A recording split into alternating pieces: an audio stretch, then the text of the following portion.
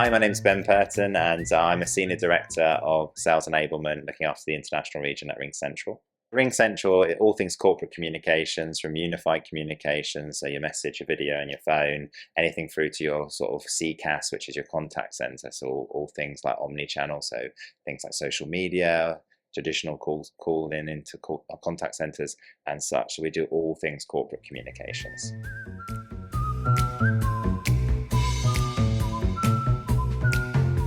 I think one of the things is there's the adage that marketing content doesn't get used. Sorry for any marketeers out there, but you know, whether you read the 85% sort of stats and all these stats get chucked out, we wanted to make sure that all the great work that our marketing team did got in front of our customers in an engine that's easy for sales to use and digest and get that out there in a professional manner. And so it made logical sense to go with a sales enablement platform that allows us to facilitate that seamlessly.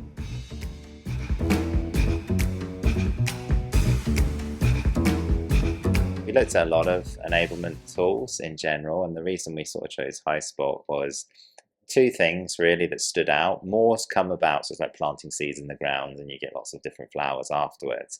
But the two main sort of seeds of sort of buyer conviction were very much the analytics was really cool when it comes to sort of all things analytical in the tool. But the big thing, as I mentioned earlier when we were sort of speaking about it, was the sort of sales pitches were huge for us.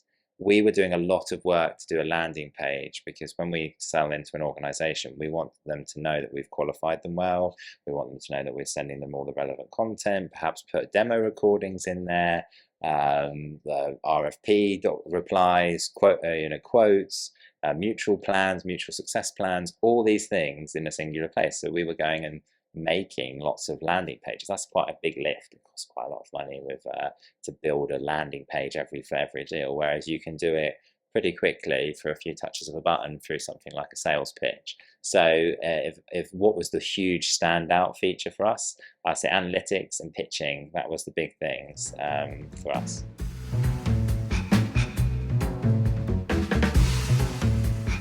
We launched a lot of products. One of the things that RingCentral is quite famous for is why we jokingly say we're not the doorbell is because we put a lot of our money into the product. You know, that kind of Steve Jobs, the marketing will happen, the brand recognition will happen if you put a lot of money into product. So we do a lot of launches of products and new features, but definitely new products. So we've obviously got our Microsoft embedded dialer and all of the synchronizations with Microsoft Teams, and that's constantly improving and updating. So we have a really effective spot with plays, with battle cards, with pitches that you can design, templates, everything in one singular place that's easy to sort of navigate.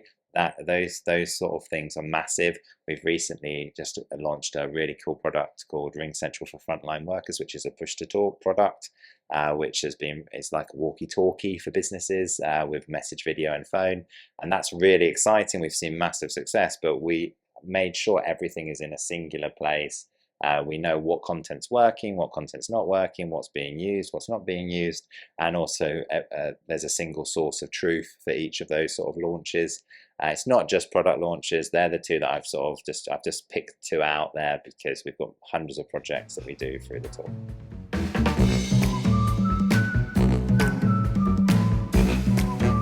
Most things. So we're able to analyze what content is being effectively looked at. And I like the granularity, especially of saying, okay, I've sent these pages through and I've sent this deck through. Is there something that they're not reading at all, or is there something they're really doubling down on? And then we can sort of tailor the message with that. So we can say, okay, everyone's reading about the new push-to-talk features, or that you can actually switch it to a video, and they're all spending a lot of time on that slide. So let's double down and get more information, perhaps get a video interactive demo that we can send out, which focuses on that maybe feature set or that USP of our solutions. And so for us, that's a huge piece for us, that analytical and that granular analytical approach.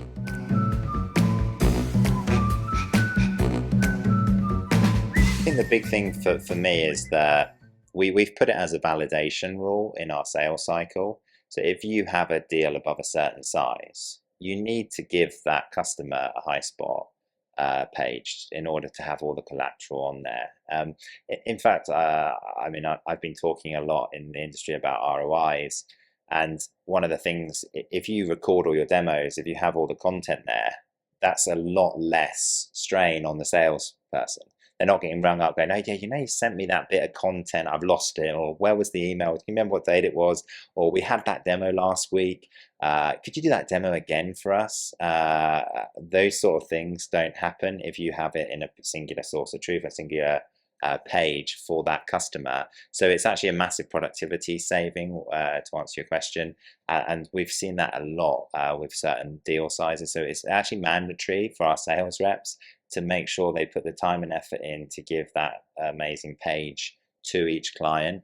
We try and do it for every deal. Obviously, sometimes if it's a SMB client, we might not be able to put, we might give them something really good, but a little bit more generical and less tailored. But for every sort of customer, we try and do as much tailoring as possible for those pitches and pages that we send to them. So we've seen huge success. One of my favorite stories is we had a government client of ours, and we sent them a page and they weren't interested, and it sort of, we thought like nothing of it. They sort of opted out, and then like it was 15 months later, we noticed there was some activity on that page and they were looking at stuff. So we got the BDR to ring them up, and then ring them up, and then suddenly the next thing you know, we've got another opportunity. That opportunity has closed one business. And because we wouldn't have known that, we might have picked up on some intent tools, but realistically, we know that who the person is looking at it in some cases, or at least roughly who it might be from the team we sent it to, if it's like a link pitch. And that was massive for us because it refueled like pipeline, which is the main thing for us. And they remember they clearly had it in some folder somewhere, and they go, oh yeah, we're now looking at, they probably had a project, who are we going to go to? Well, that company gave us a lot of time and effort, because when you get a pitch, one of the great things, if you're a customer, I use them for enablement, I use externally, as well as I use them for recruitment as well. Like, here's a page of everything, here's an interview, and we use them in the talent team as well now. The beautiful thing for me is that it looks like you've done tons of work, and in some cases you have, but I can put something that looks really impressive together in 15 minutes. If I was doing a landing page with scripts and stuff like that, that's going to take me, even if I know what I'm doing, 3 to 4 hours, best case. So that sort of time to return is really cool.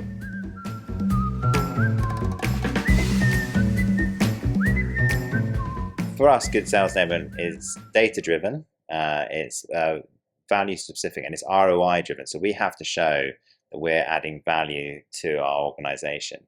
But at a more deeper personal level, we are the fitness coaches, the right hand of sales. So we should be there for them no matter what. That doesn't mean that they say boo and we jump. That means that they know what we deliver, what resources we have, and what skills we have in order to sort of be comfortable to come to us as coaches as well. Because we are, as I said, fitness coaches. But the main thing for me is a successful enablement function is one that uses data, is successful at proving their ROI and their value to an organization. And of course, the main thing is driving revenue, which is the sort of tip of the spear of all of that.